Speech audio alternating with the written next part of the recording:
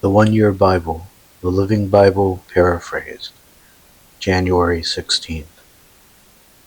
Jacob stayed where he was for the night and prepared a present for his brother Esau.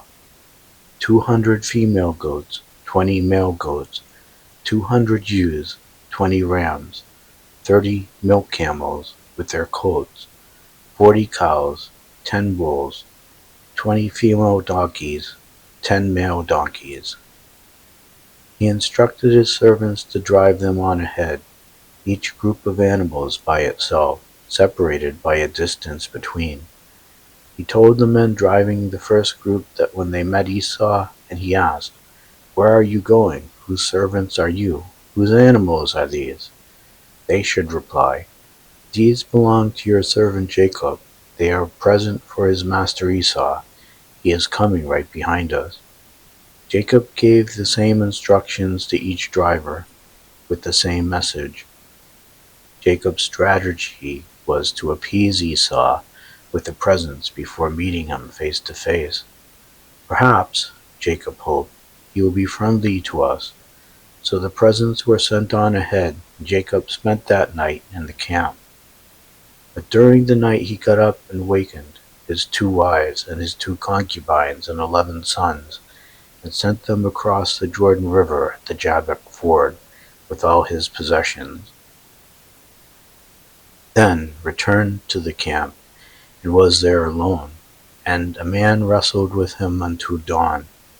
When the man saw that he couldn't win the match, he struck Jacob's hip, and knocked it out of joint at the socket.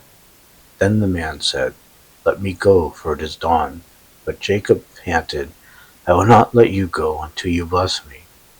"What is your name?" the man asked. "Jacob," was the reply. "It isn't any more," the man told him. "It is Israel, one who has power with God. Because you have been strong with God, you shall prevail with men." "What is your name?" Jacob asked him. "No, you mustn't ask," the man told him. He blessed him there. Jacob named the place Peniel, the face of God, for he said, "I have seen God face to face, and yet my life is spared." The sun rose as he started on, and he was limping because of his hip. That is why even today the people of Israel don't eat meat from near the hip, in memory of what happened that night. Then far in the distance Jacob saw Esau coming with his 400 men. Jacob now arranged his family into a column, with his 2 concubines and their children at the head, Leah and her children next, and Rachel and Joseph last. Then Jacob went on ahead. As he approached his brother he bowed low 7 times before him. And then Esau ran to meet him, and embraced him affectionately and kissed him. And both of them were in tears. Then Esau looked at the woman and children and asked, "Who are these people with you?" "My children," Jacob replied. Then the concubines came forward with their children, and bowed low before him. Next came Leah with her children, and bowed, and finally Rachel and Joseph came and made their bows. "And what were all the flocks and herds I met as I came?" Esau asked. And Jacob replied, "They are my gifts to curry your favor." "Brother, I have plenty," Esau laughed. "Keep what you have." "No, but please accept them," Jacob said. "What a relief it is to see your friendly smile. I was as frightened of you as though approaching God. Please take my gifts, for God has been very gracious to me, and I have enough." So Jacob insisted, and finally Esau accepted them. "Well, let's be going," Esau said. "My men and I will stay with you and lead the way." But Jacob replied, "As you can see, some of the children are small, and the flocks and herds have their young, and if they are driven too hard, they will die. So you go on ahead of us, and we'll follow at our own pace and meet you at Seir." "Well," Esau said, "at least let me leave you some of my men to assist you and be your guides." "No," Jacob insisted, "we'll get along just fine. Please do as I suggest." So Esau started back to Seir that same day. Meanwhile, Jacob and his household went as far as Succoth. There he built himself a camp, with pens for his flocks and herds. That is why the place is called Succoth, meaning hut. Then they arrived safely at Shechem in Canaan, and camped outside the city. He bought the land he camped on from the family of Hamor, Shechem's father, for 100 pieces of silver, and there he erected an altar and called it El El El Elohe Israel, the altar to the God of Israel. One day Dinah, Leah's daughter, went out to visit some of the neighborhood girls, but when Shechem, son of King Hamor the Hivite, saw her, he took her and raped her. He fell deeply in love with her and tried to win her affection. Then he spoke to his father about it. Get this girl for me, he demanded. I want to marry her. Word soon reached Jacob of what had happened. But his sons were out in the fields herding cattle, so he did nothing until their return. Meanwhile, King Hamor, Shechem's father, went to talk with Jacob, arriving just as Jacob's sons came in from the fields, too shocked and angry to overlook the insult, for it was an outrage against all of them. Hamor told Jacob, "My son Shechem is truly in love with your daughter and longs for her to be his wife. Please let him marry her. Moreover, we invite you folks to live here among us and to let your daughters marry our sons, and we will give our daughters as wives for your men.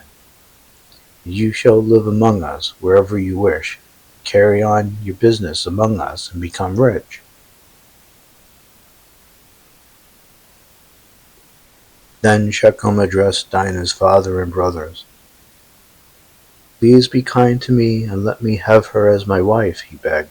"I will give you whatever you require. No matter what dowry or gift you demand, I will pay it. Only give me the girl as my wife." Her brothers then lied to Shechem and Hamor, acting dishonorably, because of what Shechem had done to their sister. They said, "We couldn't possibly, for you are not circumcised. It would be a disgrace for her to marry such a man. I'll tell you what we will do. If every man of you will be circumcised, then we will intermarry with you and live here and unite with you to become one people. Otherwise, we will take her and be on our way." Hamor and Shechem gladly agreed, and lost no time in acting upon this request. For Shechem was very much in love with Dinah and could, he felt sure, sell the idea to the other men of the city, for he was highly respected and very popular. So Hamor and Shechem appeared before the city council and presented their request. "Those men are our friends," they said. "Let's invite them to live here among us and ply their trade. For the land is large enough to hold them, and we can intermarry with them. But they will only consider staying here on one condition, that every one of us men be circumcised, the same as they are. But if we do this, then all they have will become ours, and the land will be enriched. Come on, let's agree to this so that they will settle here among us." So all the men agreed and were circumcised. But 3 days later, when their wounds were sore and sensitive to every move they made, 2 of Dinah's brothers, Simon and Levi, took their swords, entered the city without opposition, and slaughtered every man there, including Hamor and Shechem. They rescued Dinah from Shechem's house and returned to their camp again. Then all of Jacob's sons went over and plundered the city because their sister had been dishonored there. They confiscated all the flocks and herds and donkeys, everything they could lay their hands on, both inside the city and outside in the fields, and took all the women and children, and wealth of every kind. Then Jacob said to Levi and Simon, "You have made me stink among all the people of this land, all the Canaanites and Perizzites. We are so few that they will come and crush us, and we will all be killed. Should he treat our sister like a prostitute?" They retorted. From Matthew chapter 11.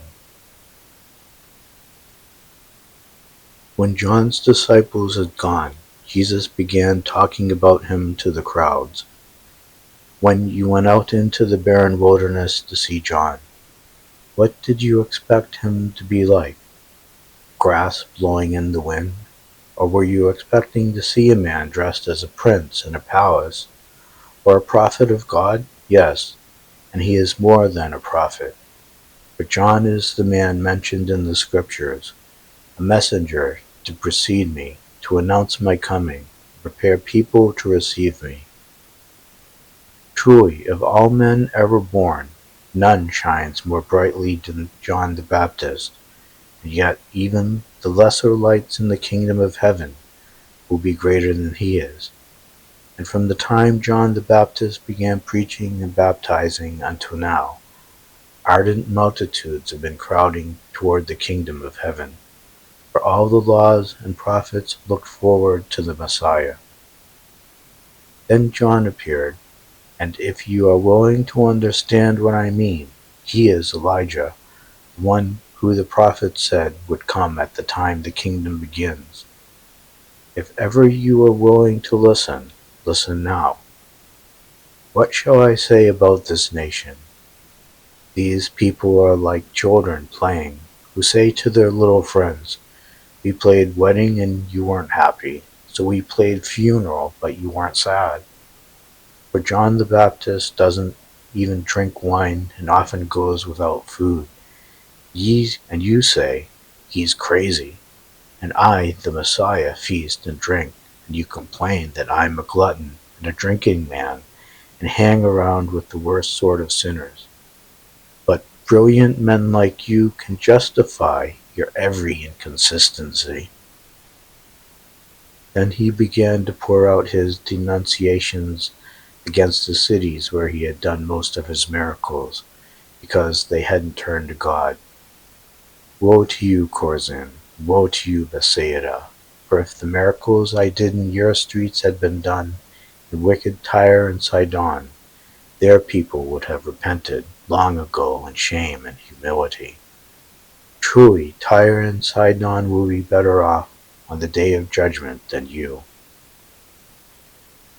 And Capernaum, though highly honored, shall go down to hell. For if the marvelous miracles I did in you had been done in Sodom, it would still be here today. Truly, Sodom will be better off at the judgment day than you." And Jesus prayed this prayer: "O Father, Lord of heaven and earth, thank you for hiding the truth from those who think themselves so wise, and for revealing it to little children. Yes, Father, for it pleased you to do it this way. Everything has been entrusted to me by my Father. Only the Father knows the Son, and the Father is known only by the Son and by those to whom the Son reveals him. Come to me, and I will give you rest, all of you who work so hard beneath a heavy yoke. Wear my yoke, for it fits perfectly, and let me teach you. For I am gentle and humble, and you shall find rest for your souls. For I give you only light burdens." Psalm 14, verses 1 through 7. That man is a fool who says to himself, "There is no God." Anyone who talks like that is warped and evil and cannot really be a good person at all. The Lord looks down from heaven on all mankind to see if there are any who are wise, who want to please God. But no, All have strayed away, all are rotten with sin. No one is good, not one. They eat my people like bread, and wouldn't think of praying. Don't they really know any better? Terror shall grip them, but God is with those who love him. He is the refuge of the poor and humble when evildoers are oppressing them. Oh, that the time of their rescue were already here, that God would come from Zion now to save his people. What gladness when the Lord has rescued Israel. Proverbs chapter 3, verses 19 and 20. The Lord's wisdom founded the earth, his understanding established all the universe and space. The deep fountains of the earth were broken open by his knowledge, and the skies poured down rain.